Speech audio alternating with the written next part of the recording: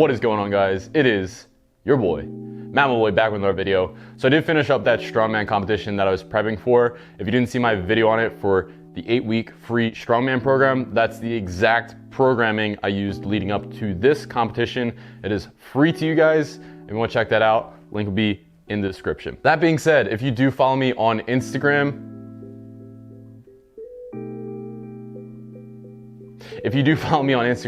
you'll know that I did end up winning this competition, which is awesome. I was super excited with that.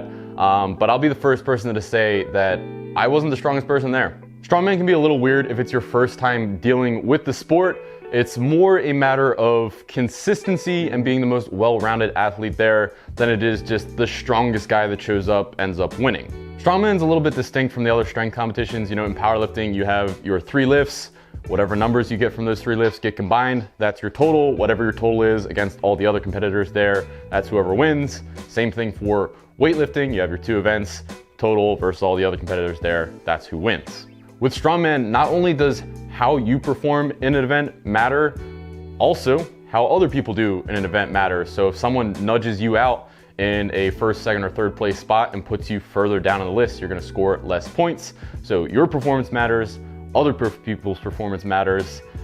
Add on top of that that it's 5 events for the day, and Strongman gets really weird for who ends up winning by the end of the day. This can sometimes rub people the wrong way. It's like, oh, the strongest guy didn't win, but that's never what Strongman's been about. It's been about being a well-rounded athlete. So the most consistent athlete on the day, not necessarily the guy who wins the most, but the guy who's consistently at the top of the leaderboard for the day and is the most well-rounded athlete will end up winning the competition. Now, our 5 events for the day were a barrel carry, a Viking press, sandbag throw for distance, not over the bar, which is kind of abnormal for Strongman, a frame deadlift, and then an arm over arm truck pull. I was in the lightweight men's weight class, and we actually started off on the barrel carry for the day, which I was super pumped about because this is one of my stronger events. With my combination of training, running, and lifting, at this point, I basically refuse to lose a moving event and bring that shame upon my family. But yes, I did end up nabbing first place for this event. My advice for anyone that has to deal with these kind of speed events is focus on being smooth first instead of being fast. I see a lot of people try and be fast, but they're out of control. They end up missing their picks, they end up dropping implements, or they drop themselves. A few people did actually fall in this competition. So smooth first, then fast. The guys that win these events are smooth, fast, and they don't make any mistakes. Believe it or not, if you miss pick, you probably already didn't win the event. So fast and perfect for winning moving events. Second event for the day was Viking press. And again, coming off the barrels, I was also excited about this. Pressing is definitely my more dominant lift over pressing and deadlifting for Strongman. So I was excited. However, I knew the guy that I was gonna be vying for first place with in this competition was a better presser than I was. So my goal wasn't necessarily to win this event, but to stay in the top spots of this event. So I was going for second or third, not necessarily first place, just keep my competition high. Again, it's about consistency, not necessarily winning every single event on the day. And I'd say I did really well with this. I actually got a PR compared to whatever I got in training. I got 17 reps. I'm gonna be quite honest with you guys. I wanted 20 reps and I was a little disappointed that I didn't get up to 20 reps, but I did end up PRing on this event. It was 250 pounds total for the press. And Viking press, if you don't know, for Strongman, it's a weird press in that you cannot jerk the implement. So a jerk just involves dropping underneath of it, so a split jerk or a push jerk. With every other pressing event in Strongman, basically every other pressing event, you're allowed to do that. Viking press is unique in that you're only allowed to push press it or strict press it. So the guy I was talking about did end up beating me in this event. He got 22 reps, whereas I got 17, but I was able to get second place in this. So I got a first place and a second place. Again, keeping that nice consistently, staying at the top of the leaderboard, that's all I need to do to win. For our third event, I was truly nervous about this. It was the throw for distance, like I said. I'm really good at throwing things over a bar for height, but in practice, in training leading up to this competition, I knew I was not super good at throwing things for distance. I don't know why, I just could not get the arc for it down to get it for max distance. The other thing was in warm-ups, all of us lightweights were hitting like almost the exact same spot with the sandbag. So this was gonna come down to a matter of inches for where people got for first, second, and third place. And in a hilarious turn of events, my friend Josh from the gym, he's a member at the gym, he had not practiced sandbags at all leading up to it. He literally asked me at warm-ups, he's like, yo, can you real quick teach me how to throw a sandbag? He ended up destroying all of us. I think he beat us by about like a foot or two. And again, this came down to inches. So his foot or two was literally like demolishing the rest of us. Hadn't touched a sandbag, won the event. Josh, I love you, brother. You played me by having you teach you. Love you, man. I got super, super lucky on this event. You know how I said it came down to inches? I beat the guy I needed to beat by 0.01 feet. 0.01 feet. That's strongman for you. But that was huge. That means I now have 2 events where I've beaten this guy in, 1 event where he's beaten me in. I'm doing really good, and I believe that was around 2nd or 3rd for this event. So again, staying in those top 3, staying consistent. For the 4th event, again, like I told you guys, I was a little more worried about this because I had hurt my back. I had enough time where I had gotten the pain down to a manageable level, but I didn't think the performance was going to be there. I knew someone was going to beat me in this event, and there was a nice big change to the event rules. The rule change was fairly substantial. So originally all of us were gonna start in the same weight and rep it out with 40-pound jumps until we couldn't anymore in a 60-second time cap. The rule change allowed us to pick the exact weight that we wanted to start on. So not everyone would be starting at the same weight. We picked what we'd start on, and then we'd do 50-pound jumps from there. The big thing being, if I start at a higher weight than someone else and we both end on the same weight, I would beat that person. So say I started at 500 pounds and someone started at 400 pounds and we both end on a 600-pound deadlift. So we tied at a 600-pound deadlift.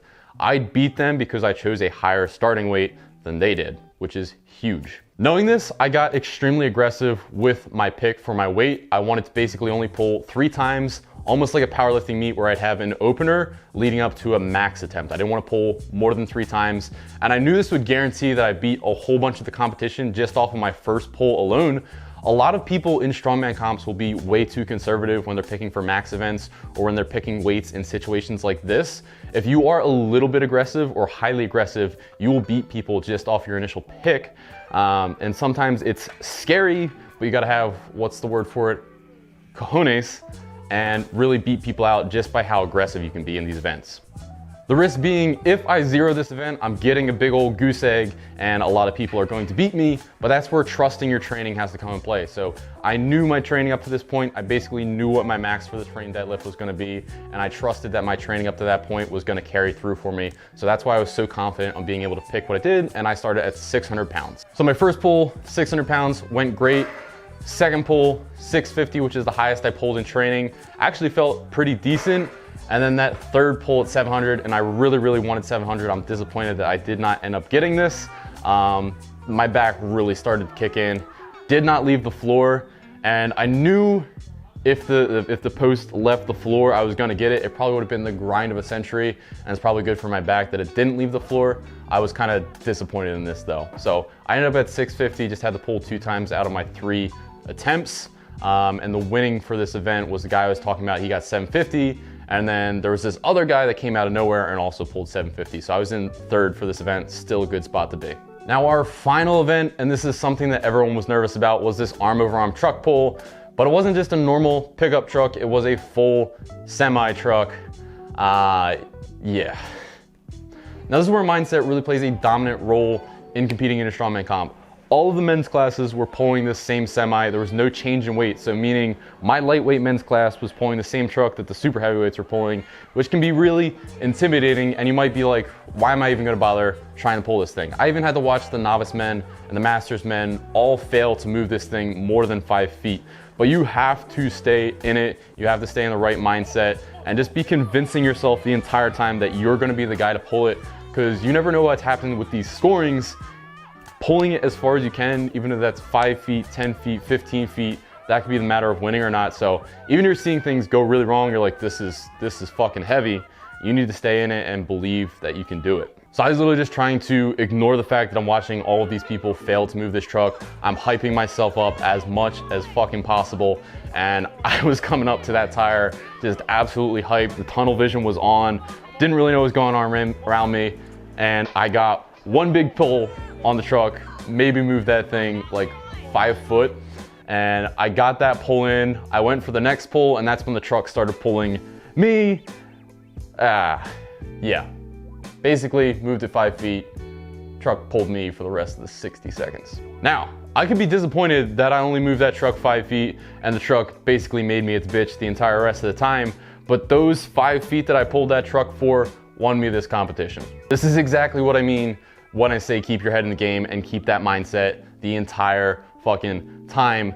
Literally 5 feet on that truck pull won it for me because the guy I was competing against couldn't pull it at all. So that one initial pull, you're like, that doesn't really matter. Yes, it did. It literally won me the event because if he beat me in this, I guarantee you he would have won overall. So that one pull saved this competition for me. Staying in that mindset saved this competition for me. I did feel better about myself watching this truck pull as it went on. Middleweight category also failed to pull it. What was happening is we were pulling into a divot, so a lot of us could get that initial pull and then it was just stuck. It took until the heavyweights and super heavyweights to actually get this thing to move a little bit. And even then, I think the furthest someone got it was around 75% of the way. There were no completions for this event. It was just a heavy truck. That happens all the time in Strongman. Again, regardless of if something seems impossible, just give it every bit of energy that you have, and that'll get you a far way in Strongman. And that did wrap up the competition for us. At this point, I had kind of known that I did win, but I always just shut up. I don't say anything until the results are actually called. Strongman scoring is really weird, especially when ties for events happen, ties for overall scoring happens, and just where people land in scoring. Strongman's super weird with that, so I never say anything until the results are called. But I did end up getting first place in this event, which was awesome, super excited about it. I don't like to put too much weight on podium finishes for the sole sake that we have this kind of saying in Strongman, it's not that you're the strongest guy, so it's PA's strongest man.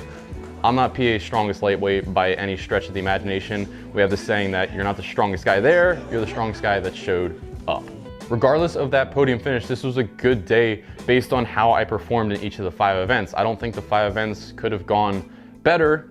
Kind of wanted that 700-pound deadlift, I'll be honest, but how I performed was basically as best as I think I could have performed, and that's all that matters. If you performed your absolute best and someone still beats you, that's completely fine. You can know that you did all you could do and you can go home happy. If I wanted to, I could cherry pick Strongman competitions that I basically never lose because I'm never going against competition that could beat me. I could do that if I wanted to, but I'd never be actually challenging myself by doing that. So yes, I'm incredibly grateful for the first place finish, incredibly happy with the first place finish, but always keep that bigger picture in mind here. There's more to this than a spot on a podium.